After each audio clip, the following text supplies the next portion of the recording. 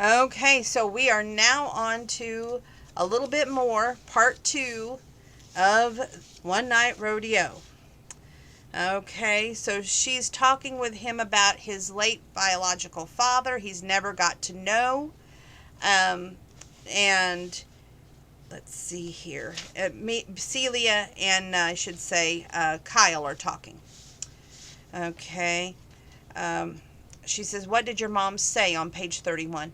He didn't respond for the longest time. Then he said, "She told me my father's name. I've been asking her since I was 5 years old, and she finally told me today." Another long pause. "Marshall Townsend is my father. That name set isn't familiar to me. Do you know who he is?" "Yeah, I crossed paths with him a few times, but it's not like I know him. The summer after your folks died, this rancher named Marshall Townsend called Hank out of the blue and hired us to have hay for him. We both thought that it was weird at the time, since he didn't know Hank or me, but we figured we must have known your parents anyway. We weren't friendly at all. He was cheap and he paid us the bare minimum, but promised us hunting rights for the fall. When we tried to collect on the hunting rights, he said he changed his mind and chased us off his land." That's harsh. What an idiot, right? Again, changing some of the wording. "And come to find out, that idiot is my father." Her heart broke for him. Celia went to him without thinking. She rested her cheek on his shoulder, hating to hear a happy-go-lucky Kyle so resentful, although he had a right to be. "What can I do?" He stiffened. "Don't take a shot at me right now, Seal. I couldn't handle another blanking thing today." It hurt so much that he would assume that she would kick him while he was down, so she stepped back. He remained quiet for a few moments, then he sighed. "It's easier for us to snipe at each other, isn't it? Here I've been telling you that it doesn't have to be that way between us, and that's the first thing I do. I snap at you." Slightly mollified, she said, "This news isn't about your father. It's a big shock to you, Kyle, so I'll let it slide. This time." So noted, he murmured.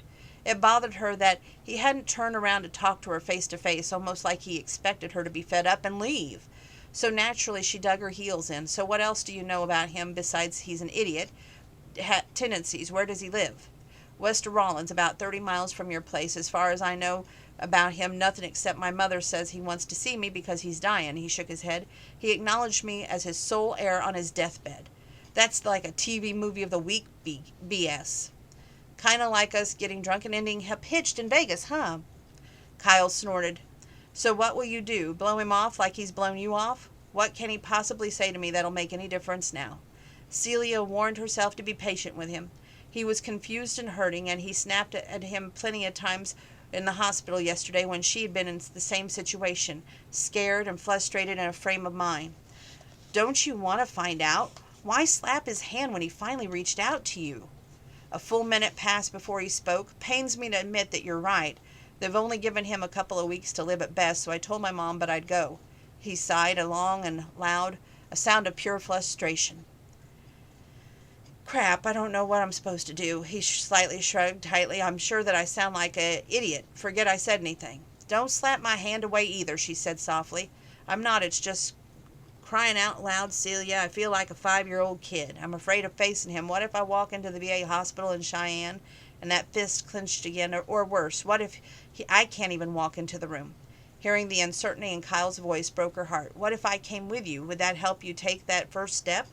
Slowly Kyle turned around. "Why would you do that?" "Because I've never seen you like this, so damn vulnerable. Because I have the urge to be there for you the way you've been there for me for last year, because there is something growing between us, something that gets stronger whenever we're together, and it scares half me to death. But I'm not strong enough to walk away from it." That's what she's thinking. She doesn't share that with him. Okay. When she didn't respond, Kyle said, "After all your insistence on us getting married annulled immediately, why would you put aside that and come with me to Wyoming?" She tossed off a breezy, "Because, hello, my ride left me and I'm running low on options." His face shuddered at her flip response, and she felt like an idiot for skirting the truth. Before Kyle retreated, Celia reached for him, running her fingers over the dark stubble coating his jaw, and pressing her hand to the center of his chest. "Because I owe you. Because we're married, it's not real, as you pointed out repeatedly. Will you stop being an idiot and listen to me?" Kyle's eyes flashed with remorse. "Sorry, crap, I just didn't know what's wrong with me today." Celia didn't have time to tell him that he was lashing out because he was scared. Kyle already knew that, even if he wouldn't give voice to it, to himself or to her. I owe you because you were the only one who treated me normally after my parents died. Everyone else felt sorry for me, felt sorry for my brothers getting stuck raising me. Celia, that's not true. It is true, she fussed with the buttons on his shirt. Everyone treated me like the lost waif. Everyone but you. You riled me, poked at me when you found me crying in the shelter belt. Rather than coddling me, you scooped me up, an armful of wet leaves, and kept covering me in a layer of nasty slime, till I got mad and started fighting back. I chased you into the bull's pasture. We ran around until my legs gave out, and I fell to the ground. Right into a pasture of manure, if I remember correctly, he murmured. Celia met his gaze. That was the first time I felt normal after they died. I've never forgotten that, and I've never said thank you. You said thank you every time you pulled me some crappy prank on me. That was when I knew you would be okay. So it's time for me to pay it forward. Will you let me? He seemed to consider it and abruptly changed the subject as he took a step back. Who were you talking to a little bit ago? Tanya. She's on her way back to Texas. She was anxious to recap the events leading up to our nuptials. Celia paused and cocked her head. Evidently we wrote our own vows. Kyle half squinted. We did? Half his surprise surprised her. You don't remember? Nope. To be honest, most of the details are sketchy for me, too. Looks like we're going to keep going, although I didn't mark the end of where I should stop, which is weird. But you told me that we had a smoking hot wedding night is what she's thinking. I was yanking your chain, Celia, completely floored. She said, why? Because that's what you do, and you and I do to each other, remember? We're beyond that juvenile behavior, remember? She shot back, saccharine sweetness. Isn't that what you keep reminding me? Okay, we're going to skip forward a little bit here. Okay.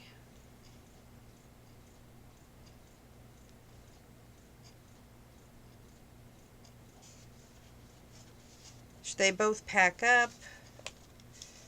Okay,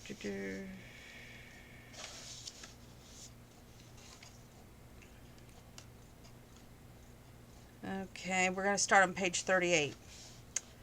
Kyle was so lost in thought about Celia's contradictory actions, reminding them of their friendship in one breath and taking his breath away with a passionate kiss in the next, that he didn't notice Breck and his buddies hanging around the concierge stand until Breck started toward them. Kyle said, let me handle this. I don't need you to speak for me. Then follow my lead so we don't get stuck in a pointless argument with him. Kyle set his hat in his small of her back and brought her closer, expecting Brock would treat her as rough as he always did, clamping his beefy arm around her, squeezing her in a bear hug, tossing her in the air like a rag doll. He wasn't letting that happen. But Brex was 5 feet away from them, and his focus concentrated on Celia's head. Sugar Pie, what happened to your beautiful face? She touched the bandage with her right hand. Minor mishap with some livestock. But you're okay. Where else are you hurt? My ribs are sore, but besides that, I'm fine. Good. You still look pretty great, probably out of reflex. He reached for her hand. I miss you. Breck, don't. Breck only then seemed to realize that Kyle was standing next to Celia. Gilchrist, I'm surprised to see you here, being you didn't finish high enough, and the stand is in December to compete in the County Showdown Expo. No surprise, Breck tossed out a barbed reminder of Kyle's lackluster finish in the American Finals Rodeo, the AFR, the previous month. Guess I didn't know that I needed an invitation to the invite to come to Vegas. Breck's gaze zoomed between the two of them as if there wasn't something quite right. Although Kyle had no idea how his Vegas marriage would play out, he wanted to rub his Breck face in the fact that Celia was his even temporarily. So he did just that. Kyle used his left hand to brush the hair from Celia's shoulders. You've got so much dang hair, woman. Breck's eyes narrowed first on the ring on Kyle's hand and then noticed the matching band on Celia's. You gotta be just kidding me. He looked at Celia. Say it ain't so. Celia glanced at Kyle. He brought her hand to his mouth and kissed her ring finger. How long has this been going on? While we were together, Breck demanded of Celia. Immediately incensed, Kyle got up in Breck's face. Don't put your crappy morals on her. Celia ain't like that, and you know it. Apologize to my wife right now, Kyle. He isn't allowed to insult you, Celia, not ever. I watched him do it enough over the last 2 years, and I couldn't do anything about it then, but I can stop it now. He didn't move an inch, so apologize to her. All right, I'm sorry. Only did then Kyle back down. How long have you two been married? Kyle supplied. Since last night. We were on our way home to Wyoming. Breck's face distorted with an ugly sneer. Last I knew, you didn't have a place to live, so where are you newlyweds going to live at? In your crappy camper? Or Celia's horse trailer? Are you sponging off Celia's brothers? He focused in on Celia. I asked you to marry me and you turned me down for him, a guy who has nothing? That stung. Was that really how Breck saw him? Isn't that how you see yourself, is what he's thinking?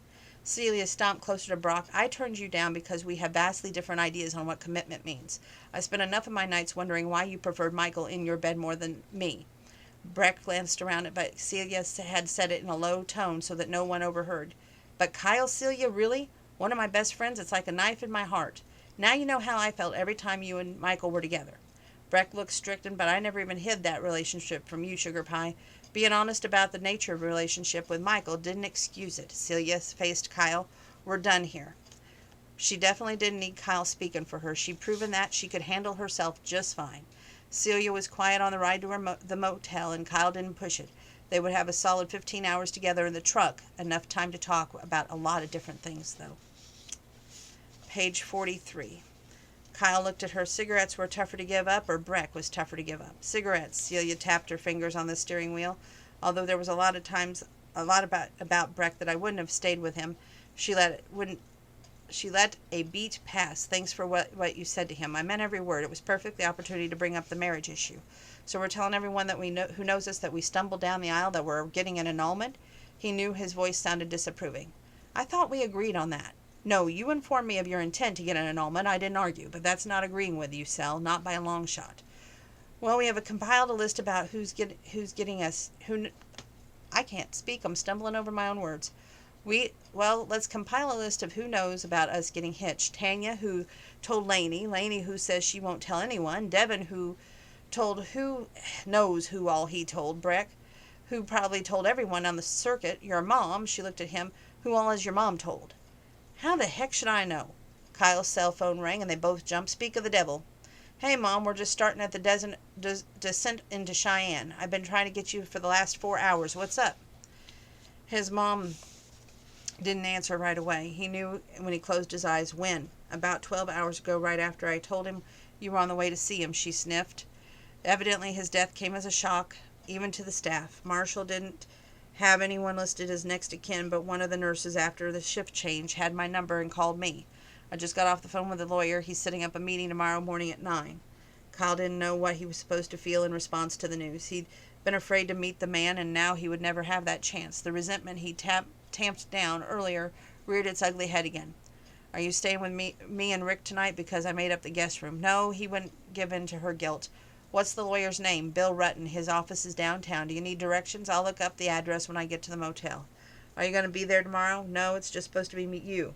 She hesitated. And your wife, if you want. Crap, Mom. You told the lawyer I was married? Celia groaned. I assumed it was all right. He bit off. Do me a favor. Don't assume anything else. Don't talk to anyone about any of this, okay? My marriage, whatever the heck the inheritance is supposed to be about. You think that you can handle that? Kyle Dean Gilchrist, stop being an idiot.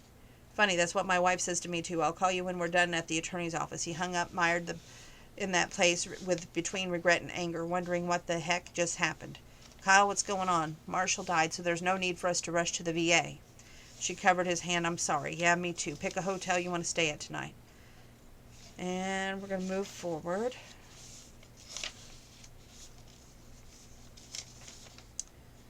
So it looks like 49, 50, 51, 52, 53, 54, 55, 56, 57. We'll stop at page 58 tonight. Like I said, I expect this to be a long book review. While he was shaving, trying to get his head weather in the right place, he hadn't realized that he hadn't verified with Celia whether she planned to go to the lawyer's office with him. He stepped out of the bathroom in his jeans, his shirt unbuttoned. I forgot to ask if you wanted to come with me in the morning. I understand if you don't, since... Goodness, Kyle, do you have to walk around freaking half-naked all the time? Celia marched up to him and started snapping buttons on his white western shirt. I swear, you're strutting around like you're trying to test my willpower. Willpower? What the heck? He just tried to read her expression, but she was too busy smoothing out wrinkles and straightening the piping alongside the buttons, just as a wife would. She is your wife, which is what he's thinking.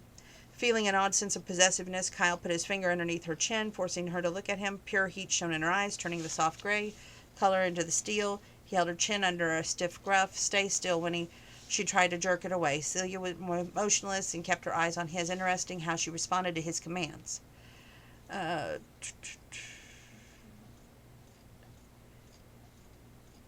To utter a cutting comment he didn't expect her to say.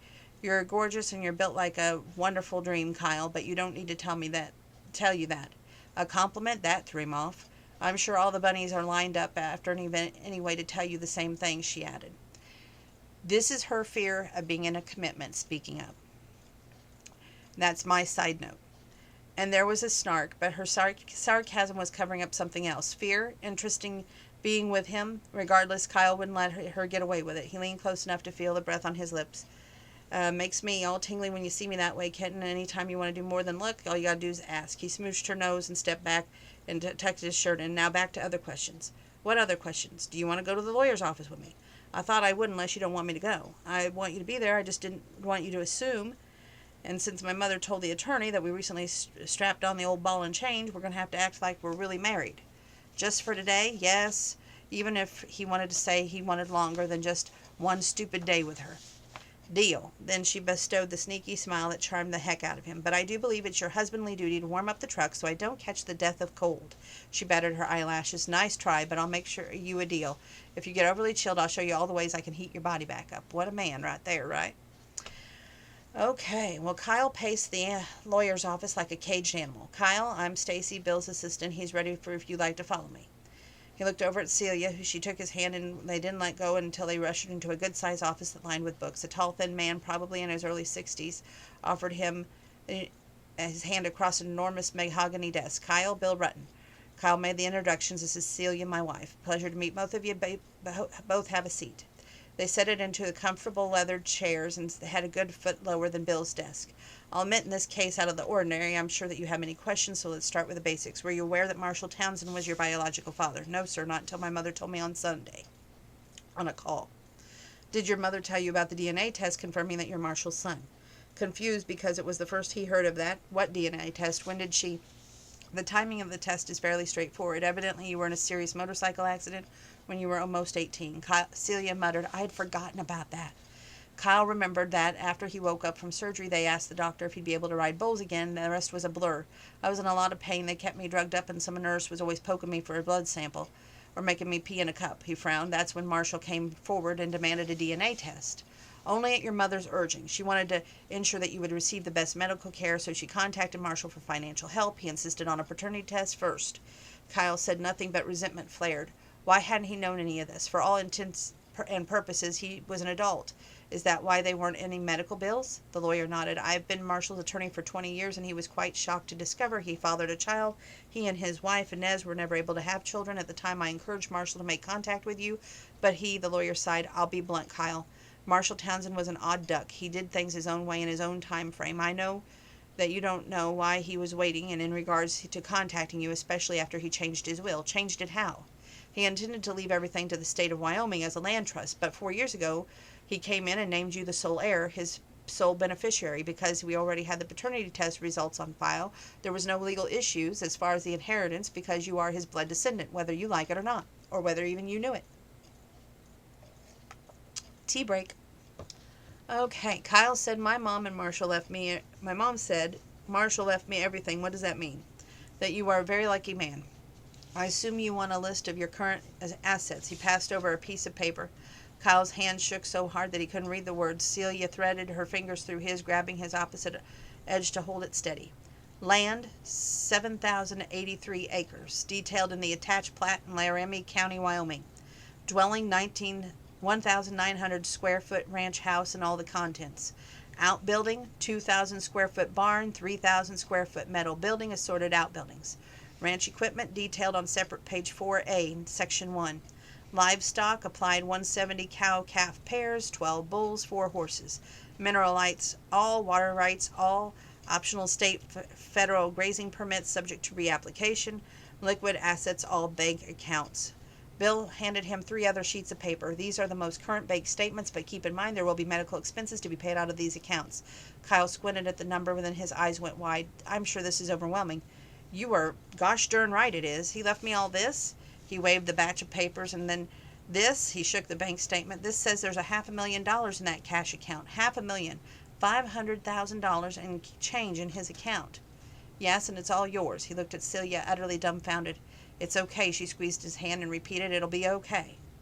Once he collected himself, he glanced at Bill. What's the catch? Change my last name to Townsend or prove my ranching acumen for 1 year or some other weird string? Bill shook his head. It's really simple. You inherited it. Everything on that list is now yours. This couldn't be happening. Since the first time he set foot on Lawson land at the tender age of 11, Kyle had wanted a ranch of his own. He even dreamt of it, scrimped and saved the last 5 years to make that dream come true, and now, everything he wanted, boom, and just like that, it was handed to him. While he sat there completely poleaxed, Bill began talking again. As per Marshall's instruction, there won't be a funeral, memorial service, or obituary. He requested cremation, and his remains will be insured at the Wyoming Military Cemetery. The lawyer continued, there are 2 pieces of urgent business. The first will be the livestock. Marshall's neighbor, Josh Jones, has been dealing with Marshall's livestock the last 2 months. Calving season is close in, and Josh doesn't have the manpower to handle addition birthing bovines. So you'll have to deal with that this week. Second one of those is the bank account. There's more than one, Kyle blurted out. Yes, there's one earmarked as the back pay for the child support. But there is a catch. Marshall was very clear on this point. It's up to you to determine whether you want your mother to receive the money or if you keep it.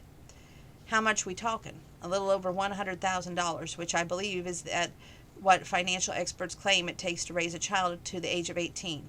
And she'd get it all. Yes, naturally she'd have to pay taxes on it. She deserves it. After all she's done for me by herself, even when he was mad as heck at her, he would never have denied her a windfall that she had more than earned. He took a deep breath. I'll tell her, but not now.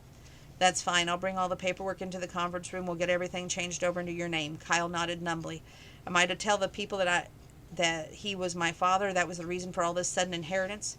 There's nothing in the language of the will that prevents that.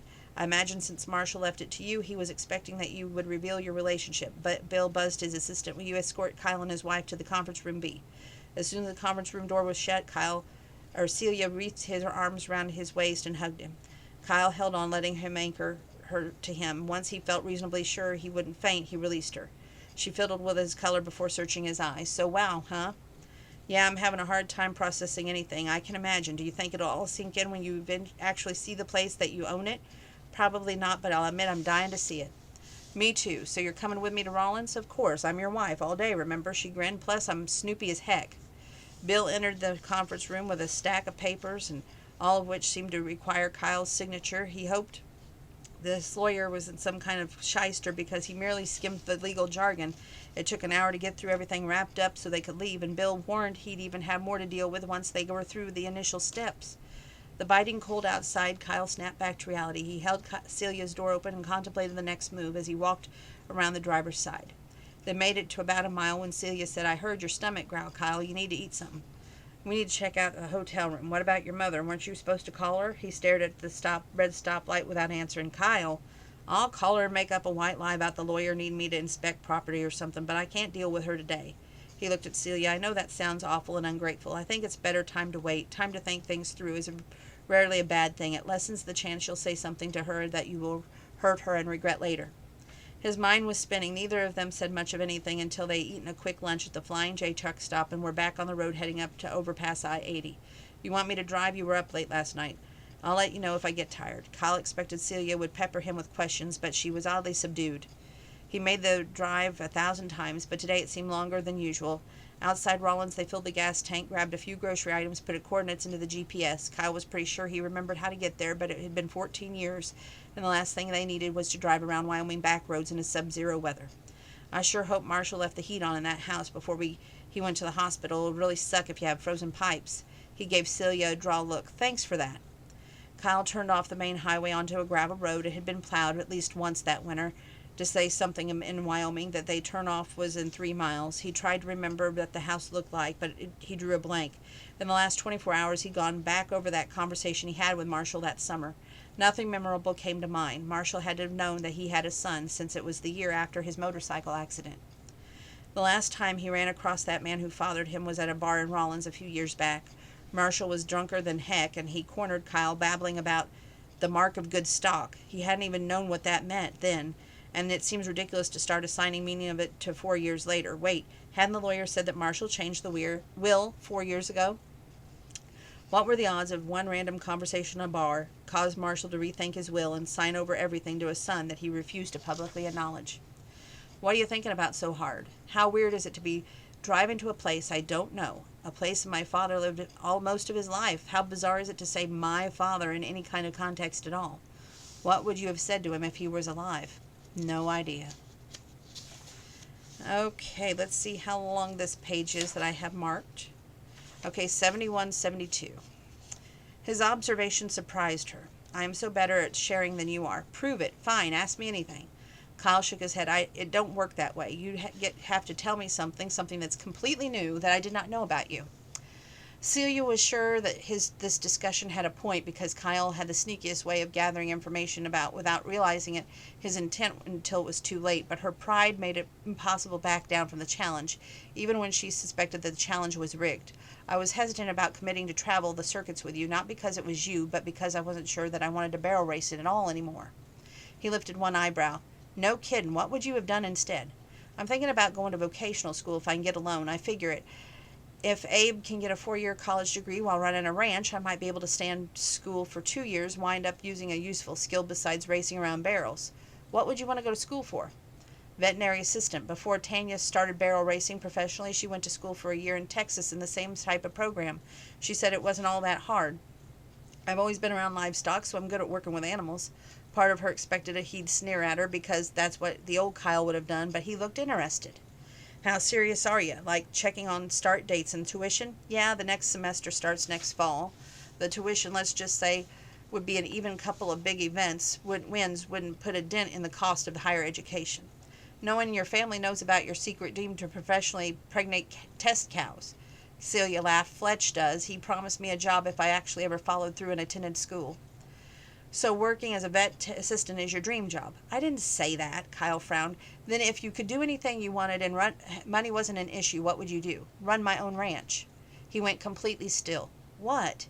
Nothing. He reached for his beer and swig. Get some rest. Been a long day, and it'll be even more of the same tomorrow. And the day after that, she muttered into her pillow. What did you just say?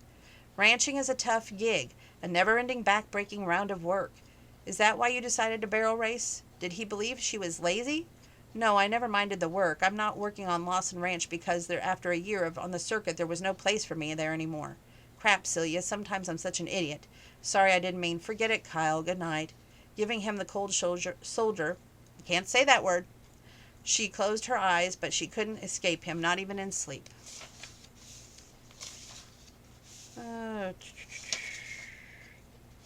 Trying to see how long the next section is because I would love to finish this book. So we could put it in the bag to go to the candy kitchen.